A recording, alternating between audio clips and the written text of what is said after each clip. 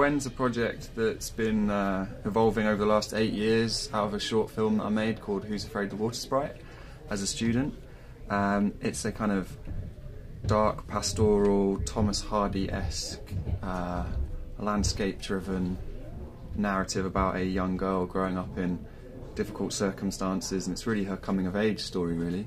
With a character like Gwen, you need someone who is able to start out on a journey with sort of innocence and kind of wide-eyed hope, and then have the ability to take that on and see this person go through so much that their character sort of just totally shifts, really. Yeah. And I think in meeting Eleanor, I realised she had that ability to take that character on that journey. Thank you. And also put up with all the mud and wind and rain and all the horrible cold conditions of shooting a film.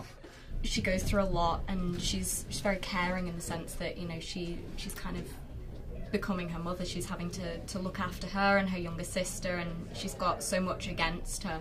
But it is a coming of age story, you know, it's her becoming a woman and actually, you know, taking on the responsibilities of being an adult. We shot on location in Snowdonia in November and December, so any complaints we have about the weather is entirely our own fault.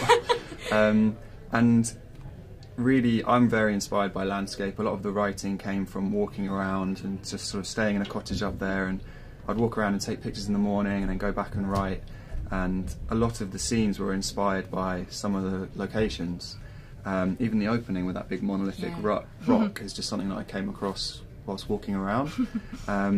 So yeah, I think the location informed the script, and the weather on the shoot informed it again, because we just kept having to change things as we had flooding, 75-mile-an-hour winds, like even just, so every now and then we wouldn't be able to do things exactly as intended, and we just have to roll with it. But weirdly, I think that informed the film in an interesting way, because the climate became a part of it. We had that scene where you were walking out in a nightgown into snow, which wasn't scripted, it just started snowing.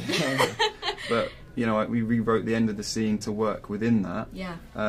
So actually there was a nice creative riff with the weather of Snowdonia. To bond with the little girl who's playing my sister Jodie, we went rock climbing, and that was that was probably not the best choice. Oh, I don't like heights, so these two basically just got to laugh at the director as he wouldn't jump from the top, which I think actually is a really good leveller. So there was a lot of just sort of, I think rehearsal-wise, it was more just people getting to know each other and being relaxed around each other.